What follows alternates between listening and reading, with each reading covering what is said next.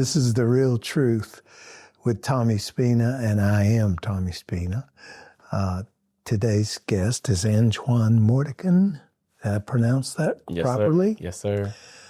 Got a little bit of Italian flavor, except for that last N on the end of it. We have some Mordicas in this city that hail from Palermo in Sicily, where a lot of Italians are in Birmingham. Of course, I'm one of them, otherwise I wouldn't be talking about that. Antoine is the owner of Native Black Cultivation, and he has been awarded one of the cultivator licenses by the Alabama Medical Cannabis Commission for the state of Alabama. As you guys listening know, I've been doing a bit of a deep dive into each aspect of what's about to get up and running in Alabama for the last several episodes. And I've pinpointed each segment of the process. And in fact, last week's guest was the processor. But now I'm talking to a cultivator. Why don't you tell us a little bit about yourself for starters? Yes, sir. And then we'll talk specifics about cultivation and how you got where you are. Okay. Well, to formally introduce myself, my name is Antoine Mordican, originally from the west side of Chicago. Came down to Alabama 2009 to advance my education at Alabama A&M University. I have a bachelor's degree in electrical engineering. I have an MBA in project management. So during the day, I'm an engineer. But for the purpose of this call, I'm the CEO and owner of Native Black Cultivation, which we are one of the first awardees, and I'm the first Black owned and operated medical cannabis cultivator in the state of Alabama. Well, that's fantastic. Did you have to put in with a lot of other applicants to get the license that you got? Nah, I'm a pretty unique individual. As I tell folks, I'm a one-man band with good friends. So I've been preparing for this opportunity for well over a decade. So a little bit about my background. I serve as the Alabama State Director for Minorities for Medical Marijuana, and I've been serving in that role since 2020. I've been very pivotal in a lot of the cannabis discussions that's been going on in the state. I spoke in front of the Alabama Health Committee to support the law and program that we currently have. I submitted an application to Governor Kate Ivory to serve on the Alabama Medical Cannabis Commission. So my thought in the process was either I was going to serve as a regulator or I was going to be one of the initial owners. Once Governor Kate Ivory didn't give me the job, I actually appreciate that because the commissioner's jobs is tough right now. That's when I took the position of being an owner as a cultivator. And I was already in a unique position. I was already growing hemp in the state of Alabama since 2020. So I already had a lot of knowledge and wisdom and experience and infrastructure to be able to do so. You were growing hemp that was not producing THC in a quantity that exceeded what was allowed by law. That's correct. It was less than 0.3 THC. Yeah. So you go back to 20 and probably beyond. What drew you to this universe of medical cannabis? Well, it was quite a journey, I'll say. So with me being from the west side of Chicago, I experienced and seen a lot, especially the war on drugs and how it affected my community. And then as I went to college, my freshman year, I had the opportunity to do a research paper, and I chose the topic of cannabis.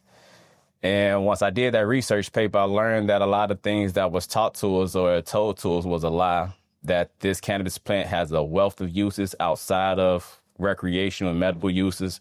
The plant can be used for textiles. It can be used as building material. It can be used as animal feed. It can be used as energy. It can be used as remediation. It can clean the air. It can clean our soil.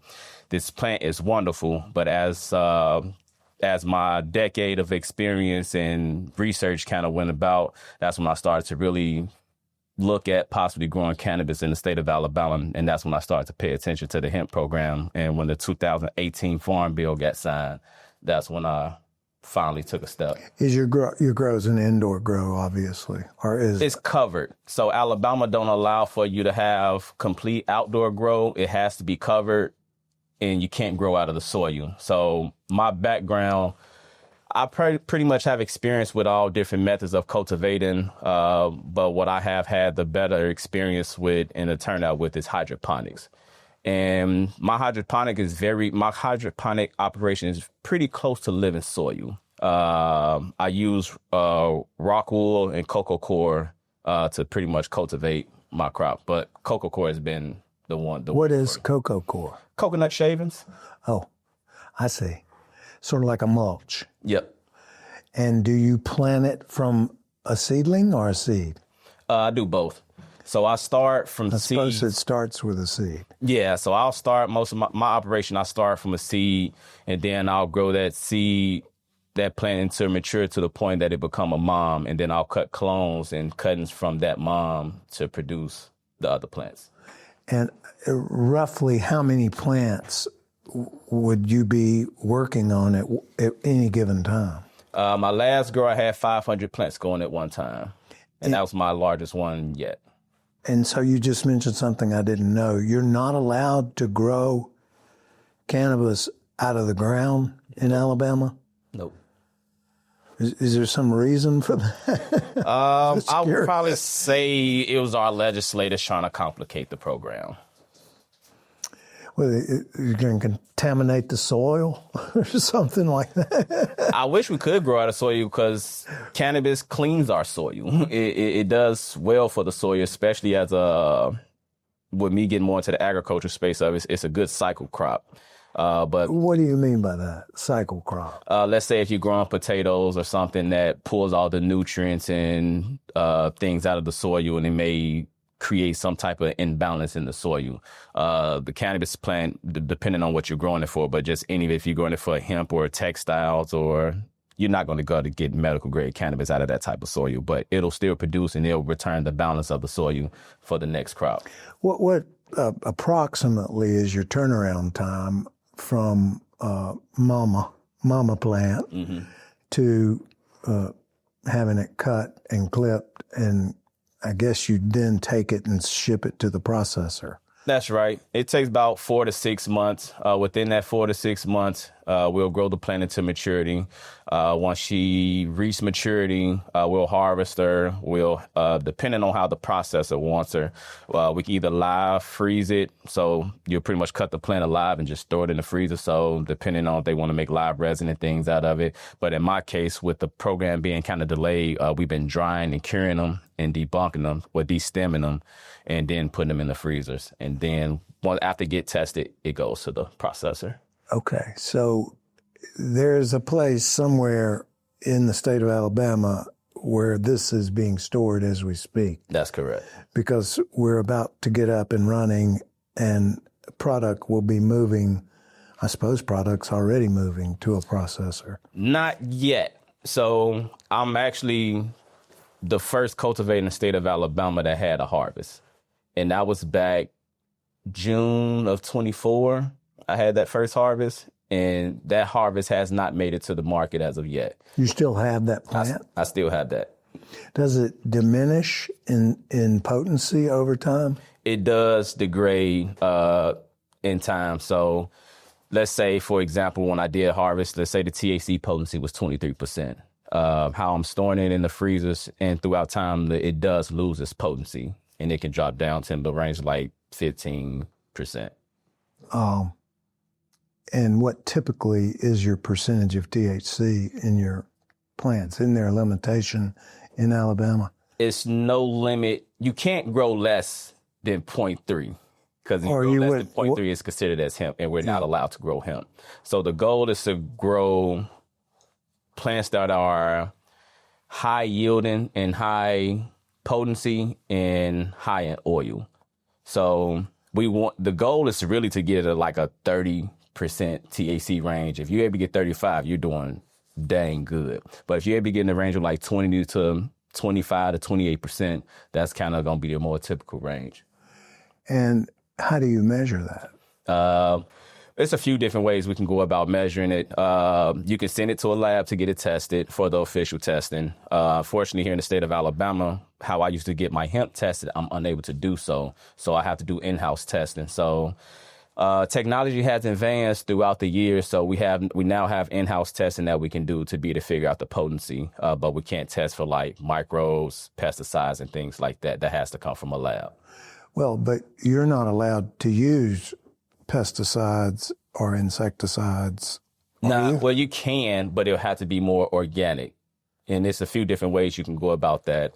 And with my experience, I don't have to use pesticides and things like that. I'm more on the organic side of things. You don't use fertilizer? Nope. Well, yes, we do. The fertilizer that I use is salt-based. So when I cultivate, the cocoa core has no nutrients in it. It's pretty much a blank canvas, as I tell folks, and I'm able to add the nutrients that I want to that for the plant to be able to take up. And then once it gets to maturity, you just flush it all out. So once you come with a certain crop, let's call it, are all of those plants going to mature the same? Or are there going to be variations between plants? And I also want to ask you, you're referring to your plants in the female gender. Yes. Is that because the female plant is the one that you work with versus the male plant? Yeah, the female plant is the one you want. So to answer your first question, depending on the cultivars and the genetics that you have, you can get different variations in the plants. So like right now, I'm running Hellfire OG and Northern Light number 10. Those are two totally different plants. So one is a sativa and one is a hybrid. So the plant structure of them is going to be different. The terpene profile is going to be different. The potency is also going to be different as well. But they will grow to maturity in the same space. Now, when it comes down to the gender of the plants, so the reason why all the cannabis plants or songs or, nicknames for the plant has female names is because like Mary Jane and things like that, because it's the female plant that most folks consume. The male plant does not produce any buds. As I tell folks, the male plant job is simply to grow sacs and bust. They pollinate the lady plants. If the lady plant gets pollinated, she'll focus on producing seeds, and she'll still produce the flower, but it'll be more seeds. But she never gets pollinated. She'll focus all her energy on producing the buds. And do they pollinate because they're growing next to each other? Yep. So if she's never introduced to a male plant. Now, this is not something you can see happening. Yeah, you can. Well, if you're growing and you find a male plant and you're growing, you're not doing it for R&D. You're not trying to crossbreed. You're not trying to produce any new genetics or strands. Yeah, you want to get that male plant out immediately. That's fascinating. And it's all botany. Mm-hmm. Yep. Cannabis plant is wonderful. There's so many uses of it. So when you get your plant, are you through once you send it to the processor? Is it your goal to just keep rolling out a new crop every 6 months? Yeah, that's the goal. Well, that's a traditional business model that you'll just pretty much, I'm the farmer, as I tell folks. I'm the starter of the biomass. I'm the starter of the program. But with my strategy, I'm really here for the people of Alabama and the support that I get throughout the state. My goal is to be involved with my crop and product, depending on which end product it end in. I would still like to be a part of that process as it gets to the patient. Mm-hmm. But the goal is ultimately to continue to produce biomass. In developing how you're going to cultivate a plant, are you thinking in terms of the ultimate end user and what it would be being used for? Yes and no. It depends on the processor and kind of what their goal for the biomass. So, for example, a processor, well, my biomass is dried and cured. So most likely that's going to be processed with ethanol. But if the processor is doing CO2 extraction, they can be able to take advantage of the living rosin on the plant and be able to make other products with that. So like rosin capsules and things like that to be in this. It's a little different in it. It's really just a difference in if it's alive or if it's dead. But depending on how the process of plant are going about its extraction and whatever the end product is going to be, and I can kind of cater my grow to satisfy that. So do you work with just a single processor or do you work with multiple processors? I think we have 5, right? Yeah, we got 4 processors in the state of Alabama. I believe we only have 1 that is ready to go to market, or that has passed inspection and that can go ahead and go about their process. So I can work with anybody, but as of right now, we're looking for 1. It seems to me naturally that there would have to be communication and interaction between the cultivator and the processor that's ongoing, depending, and the dispensary, I suppose, because ultimately we're trying to fulfill a demand from a consumer, and we don't really know what that demand is going to be just yet, or for what precise ailment the medical marijuana is going to be treating. And I called it marijuana, and I know that's a sin, but it's cannabis. Yes, sir. But I grew up in the 60s, and we called it marijuana. So I think what people are misunderstanding about what's going on in Alabama is this is really centered on patient needs and not on recreation. And would that be a fair statement? That's correct. So this program was developed for the people of Alabama, the patients and the sick folks that need it. Recreational, of course, this program wasn't set up for that, and I think we are years away from even having that type of conversation. If ever. Yeah. Well, would your cultivating techniques change if you were cultivating for recreational purposes? Yes, it will change. How I'm producing now. And how would it change? So in my opinion, it's levels to cultivating. Right now, depending on what you're growing it for, if you're growing for the biomass and you're expecting for it to be processed through oils and with ethanol and things like that, you don't have to go with a highly sophisticated, like a laboratory kind of grow. You don't have to do that. But now, if it's going to have smokable flower in the state of Alabama, oh, absolutely, your grow has to change because that raw flower is going to be consumed by the patients. So you want to make sure that it's clean. You want to make sure that the environment is right. You want to make sure that it's no potential for mold. You want to make sure it's no heavy metals in it. You want to make sure that it's no terrible microbes in it that may cause and make the patient sick. So in that case, it will change. How do you do that as a cultivator? Yeah, as a cultivator, it's just infrastructure. You just got to upgrade your infrastructure. So right now, how I cultivate, I got about 3,000 square feet, 1,000 of that being enclosed and 1,000 of that being in the greenhouse. The greenhouse that I have it's a traditional greenhouse, but I have uniquely engineered to be able to serve the purpose that I'm able to grow. So I'm able to mildly control the climate. I use natural sunlight. I'm able to control the humidity and things in there. But once we get into smokable flower, you want to be able to be God in that room. You want to control every element and everything that goes into this plant. So you know for sure what you're pushing out. Now, there's another word that's used in the world of cultivation, and one of them is terpenes. We talked about that with the processors. Mm-hmm. Do you have any role in that? They're pretty much... That's their thing. Yeah, and the terps, depending on, the genetics that you're growing, the terps can range from 1% to maybe 2% terps. But that's not a main focus as of now, but it ultimately will become once you're able to get smokable flower in the market.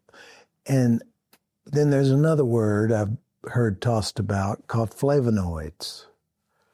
Yeah, flavonoids, I'm not familiar with that because that'll still be in the space of terps. So terps is what gives the plant its smell and its taste. So when you go to smell some, as I tell folks, your nose will let you know what you need. So if you smell something that smells good to you, that most likely means it'll be good for you. But if you smell it and it may have a skunky smell to it, or it may have an earthy smell or wood or lemon or fruity smell, that's when the terps come in, and most likely the way it smells is kind of how it would taste. So what do you think the timeline is for getting product out to the retailer? in a realistic timeline, now that the labs have been issued their license, they'll probably need about at least 2 to 4 months to get their build outs complete and to pass inspection to be able to accept medical cannabis. The processors are now ready. They have passed inspection. I am ready. I have biomass that's ready to go to them. The secured transporters are ready. Only thing we're currently waiting on now is the labs so we can get everything tested. Once we get the labs online and past inspection, which they hopefully have that done by the end of this month, we should be at least have something to the folks by this summer. I heard something. Did something happen yesterday that caused a hiccup in the process at the commission level, or either through the hearings that they're going through right now? No specific hiccups as of right now. They did submit some rules and regulation changes, but it don't negatively affect the program. It'll still keep everything going forward. But some lawsuits have got thrown out, which has given the commission more leeway to go ahead and go through the investigative hearings, and it's at the vertically integrated level for them to go ahead and go through their process and ultimately end up re-awarding those licenses. Once you, what you call biomass, which is basically the plant. That's right. Once it is either frozen or dried or done whatever's done with it, does that place that it held in your garden get retilled, reworked, so that you're starting all over again from scratch with your next grow? Yeah, so how we go about it, everything I do, my plants to live in containers, and they range from like 1 gallon to 2 gallon containers. And if I'm going to go really big, I'll put them in 5 gallons. And with the cocoa core, we pretty much just dispose of that in the field and may grow something else out of it. But we always start with a clean medium for the plant. So it's pretty much just restarting the process. And you say your turnover time is in the 6-month range? That's correct. If you're real good, you can get a lot on it. You can do it at 4. Well, doesn't the weather? Well, everything's artificial. Well, I'm assuming if you're using in grow lights. Yeah. So right now I use natural sunlight. So I'm with the regular grow seasons. But once you're able to get everything indoor and enclosed, as I say, you'll become God of that room. You're able to completely control the photosynthesis periods of the plants, and you can be able to a lot more. You have employees? I do not have employees. Our current employees are the actual owners, which I have a very small operation. Between me and my COO, Tim, we pretty much handle the day-to-day operations. And we do have some other agents that we brought on that has volunteered their time to be able to help us out. So as of right now, we have no employees, which is good because we don't have any money. Well, I bet you've outlaid some money. Yeah, for sure. Your investors have had to have put up some money to get you to where you are now.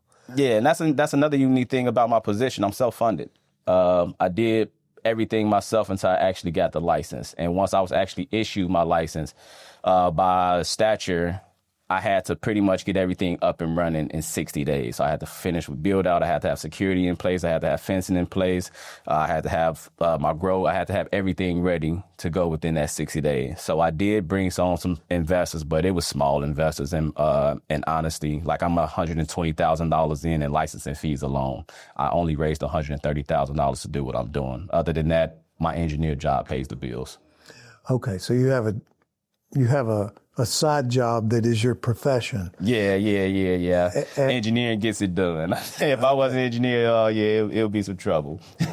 So, as we speak, somewhere in Jefferson County, I guess, I don't know where you're located, doesn't really matter, any county, Alabama, there's a grow that is being watched after by security because people find out about these things, I trust.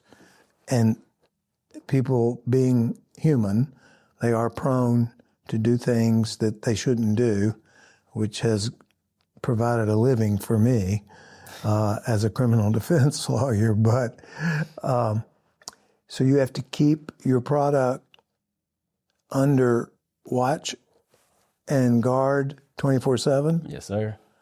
So you have security cameras and all that kind of good stuff? Security camera, guard dogs. Warm bodies? Yep. Have you had any trouble? No, I haven't had any trouble. And the property that I got 10 acres that we've been growing on for hemp. So I'm very familiar with the area, kind of where my grow is at. It's in a pretty much back of the woods. If you caught back there, you really have no business being there. And how my neighbors choose to treat you, by all means, it's however they choose to treat you. But my neighbors are familiar. All my immediate neighbors know what it is that I got going on, and they support, and they act as that extra layer of security. Okay. Were you born and raised in this part of the... No, I was born and raised in Chicago, but my roots are here in Alabama and Mississippi. Your family's here? That's correct. Yeah, what part of Mississippi? Vicksburg. Is that like a take on Vicksburg? Yeah, it's I believe so, because I get them pretty mixed up, but that's kind of where my family started over there in Vicksburg, the goings. Did you have any involvement in Mississippi's cannabis? I did not. I stayed away. I stayed out of everybody else's business. Alabama is my baby, and that's who I focused on. A lot of folks did try to pull me away to focus on other states like Mississippi, as well as Georgia and Tennessee, even Illinois, in Michigan. And I just told folks I have no bandwidth for that. I have no extra mental capacity to give that to those markets. Because when I was going through my process for my licensing, another unique thing about myself, I did my application myself. As I said, I'm a one-man band with good friends, and I'm very studious. So it's nothing that I can't do. Did you have, growing up, some background in botany or some interest in botany, or does that even play into this? Nah, it's just being a nerd, man. Being a nerd and going through the research of it, and then, just growing the plant and seeing if it can stay alive. And that's when I learned that I have a green thumb. Just about any plant that I touch, it comes alive and it flourishes. So mine goes the opposite way. Yeah, that's what everybody say. Man, anything I touch, it dies. Yeah. And I changed that, and it's just little small things that you can do. But what I learned when it comes down to people in agriculture, we tend to disturb them too much. Just give them what they need and let it be. Let the plant be. Mm-hmm. So where do we go from here once things get up and running? Is there an educational component to the consumer? Are you working with others to try to put something together to make the transition from biomass, or better said, from seed to sale? That's it. Happen? Yeah, education is going to be critical for us to have a sustainable industry here in the state of Alabama. Education of the consumer, or okay. Overall, education of the consumer, and as well education of the public. It's people that I meet every day that has no idea that cannabis is legal in the state of Alabama. And when they learn that I'm a cultivator, they be like, there's no way that's going to happen. I'm like, I've been growing cannabis, weed, marijuana, whatever you want to call it, in the state of Alabama for 3 years now. The program is here. And to be able to educate folks more of the uses of cannabis, as well as those on the consumer side of it, they definitely need to be knowledgeable of what's to come as well. We need to continue to educate our legislators. I feel like the biggest area for educational opportunity is our law enforcement. I meet a lot of my sheriff that don't know what it is that we do. And we have to kindly let them know, like, yeah, we have a grow over here and we're growing cannabis. Oh, that's legal in Alabama? Absolutely is. You want to come and check it out? So just to be able to let them know. But as a lot of the legislation where the laws sit in Alabama as of right now, nobody should pretty much be doing what it is that I'm doing. So I'm kind of anomaly in that space and area. But educating folks, letting them know that this won't be something that you can smoke. You can't smoke this product that's being produced. You won't have any flour, so you shouldn't have any flour. It's different ways to be able to take and ingest cannabis, from the gummies, oils, capsules, tinctures, patches, nebulizers, a wealth of those things, but as well as educating the consumer, because a lot of folks like to take their medicine how they want to take it. As of right now, this is what we have. If you want something different, call your legislator. Are you tagging these plants as they grow? Yeah, everything is tracked. Everything is tracked. So once I receive my seeds, I have to report to the state that I have my seeds. I have to let them know which genetics and cultivars I'll be running. Once I go to pop the seeds, I got to let them know how many I popped, how many actually germinated and became an actual plant, and which ones went to waste. I have to document that. Once they transition over to per seed? Yep, per plant. Everything has to be recorded, but it don't get a tag until it's 18 inches tall. Okay. And them tags are expensive. Really? Yeah. Why? I have no idea. Oh. I have no idea why. Who do you buy them from? We buy them from Metric, and Metric is our state tracking program. Mm-hmm. That's internal also, all within the state of Alabama? That's correct. So Metric. So is it like a QR code?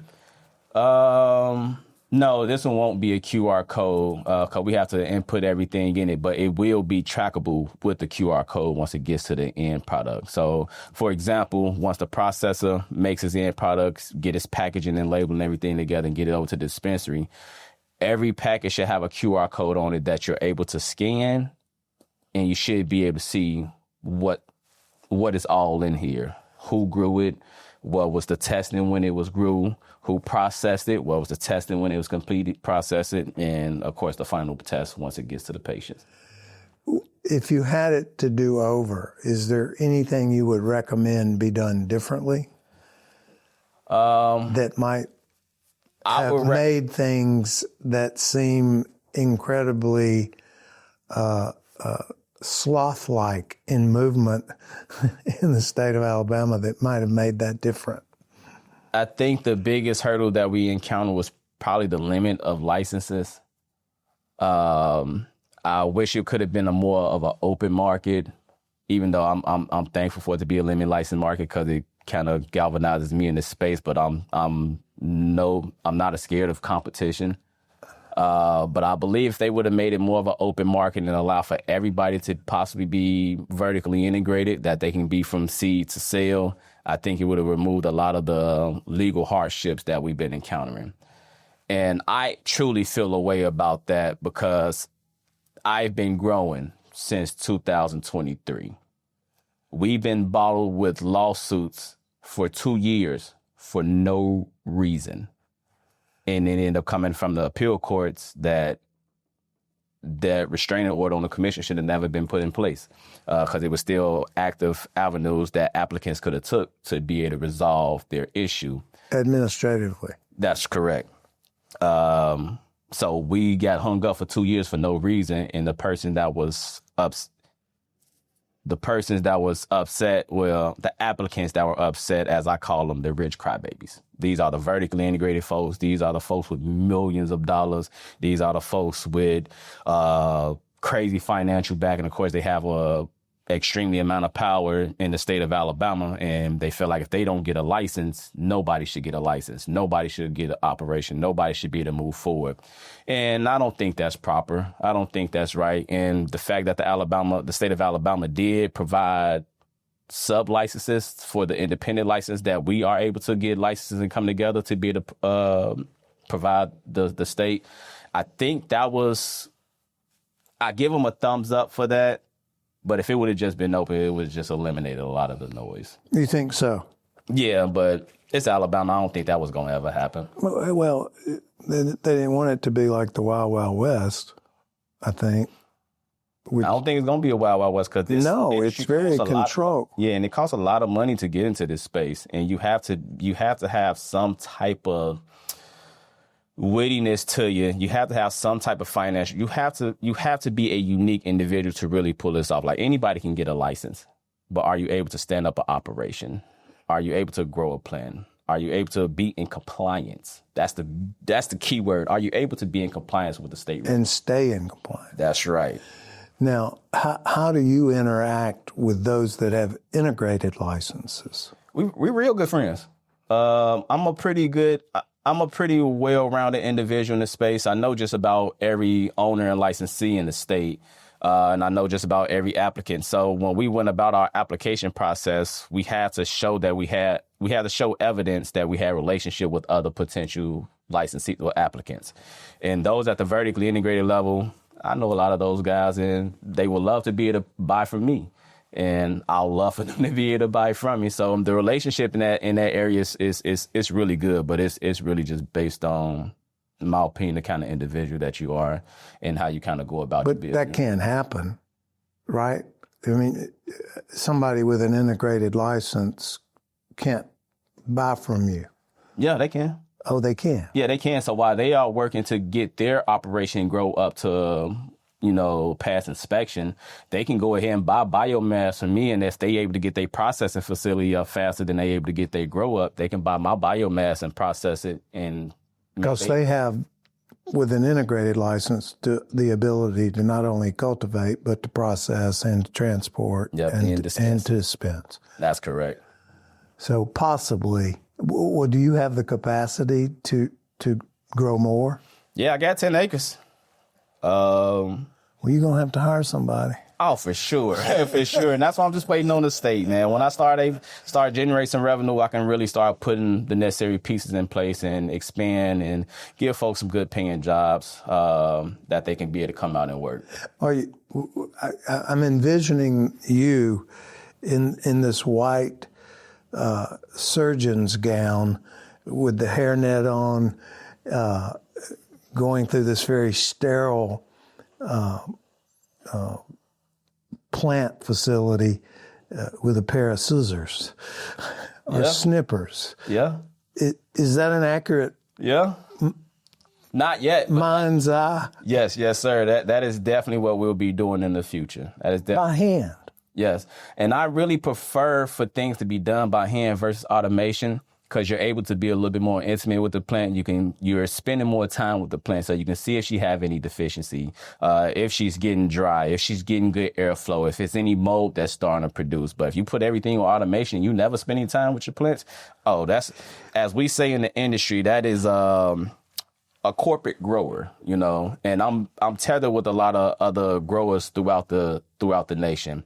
And, we kind of got this saying, you're only as good as your last crop. So if you're not taking that time to make sure that your next batch is your best batch, you're not doing the best of your capabilities. So at my house, as I told you, I have no luck. On the other hand, my wife is quite capable of growing things and does a very good job with it.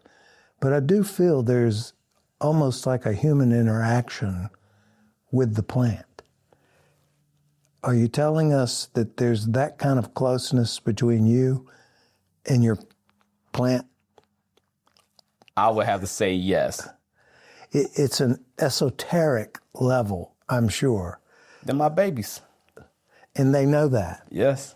And they know that you're there to help them nourish. Yes. You got to be intimate with the plant. It's several things you can do with the plant. Like even when I was growing hemp in my hemp days, I used to just go in the middle of the greenhouse and just play the guitar, because the vibrations, those ohms are good for the plant. Do you play music in your greenhouses? I do. Are there any particular types of music that you think they like better than others? I say they all perform well, but I'm more on I love playing live instruments for them. So I'll go in there with my acoustic guitar. I may play a couple chords, a few songs, kind of pick around a little bit. And they tend to perform pretty well. And I learned more about that after I met an individual out in Missouri. He called himself the real cannabis scientist. And when we got into a more in-depth conversation about the plant, that's when he made me aware that those vibrations are good for the plant, that they receive it well and it helps them with their production. And I thought that was pretty cool, that I just kind of killing some time in the greenhouse, just spending some time with the plants. And overall, I ended up finding out that was something that's beneficial to them. Well, is it discernible so that after you provide that for your plants, do you notice them reacting to it? Or is it so subtle that it's just sort of a feel thing? It's more of a feel thing, and you kind of look at the plant. If you got a happy, perky plant, she's good. Now, she's wimping over, maybe dry or from overwatering, or she may just have something going on with her. But in most cases, in my greenhouse, my plants stand up tall and perky. So that means that they're traditionally happy. Well, you've been fascinating to listen to, and you've certainly taught me some things that I had no idea about cultivation of cannabis in not just the state of Alabama, but I guess this goes on everywhere. Mm-hmm. Do you have like a group that you belong to of cultivators who share and do think tank things and brainstorm, for lack of a better word? Yes, I do. So with my background, I would consider myself as being well-traveled. I'll visit other markets. I'll go to, Denver, Colorado. I'll go to Florida to see what it is that they're doing, to have real conversations. It's very, as I can say it, it's so refreshing to have conversations with other cultivators, because the level of struggle is pretty common. We all have our woes and challenges that we have had with this plant, and we all have our ways on how we went about correcting those issues. So if I'm having, let's say, a spider mite issue, some folks in that case, spider mites, you're done. You got to get rid of the plant. But then I end up learning it is a more natural, as they call it, predatory pest that you can introduce to the plant that will eradicate spider mites, that I would have never known if I didn't go visit somebody else grow and kind of have a moment of transparency and let them know what it is that I got going on. And that's simple. Do this. And I go back to my grow and see if it's able to help me out. So you would introduce another, I'm going to call it an insect. I think that's what that's correct. That counteracts the spider mite. That's correct. They got predatory mites depending on what kind of, let's say, I wouldn't say infestation, because you get to the point of infestation, it's kind of bad. But if you notice in a few of your plants may have spider mites, they can cause some serious problems. So if you're able to introduce the predatory mite soon enough, they'll just eat. They'll eat all those aphids, spider mites, russet mites, to be able to keep them from affecting the plant. And they'll stay around as long as they got a food source. Well, why not just do that from the beginning? You do. Oh, okay. See, I learned something. Yeah, we call it... it's a preemptive strike, essentially. It's gotta be preventative. Yeah. Keep them out. And in most grows, it's kind of inevitable, depending on how you're growing. You're going to have some type of form of pest. It could be gnats or things like that. And you're going to have to be able to manage the pests. You're going to have to manage the pests in some type of way, because you're still dealing with agriculture. Well, in closing, any final words you'd like to share with our audience? I would like to say I'm extremely thankful for the people of Alabama. I'm thankful for their support to be able to get to this point. I'm really looking forward to be able to get the medicine out to the people of Alabama and serving as an asset to the state as this program continue to grow and develop. Well, thanks for sharing with us the real truth. Thank you for joining me today on The Real Truth. My name is Tommy Spina. I hope you enjoyed today's conversation. I hope you will follow or subscribe to my podcast and listen in to the next episode. If you found it valuable, please take a moment to rate it and review it. It helps us to reach more listeners that care about the issues that matter. Share it with a friend. Stay engaged, and remember, the truth matters. I'll see you next time.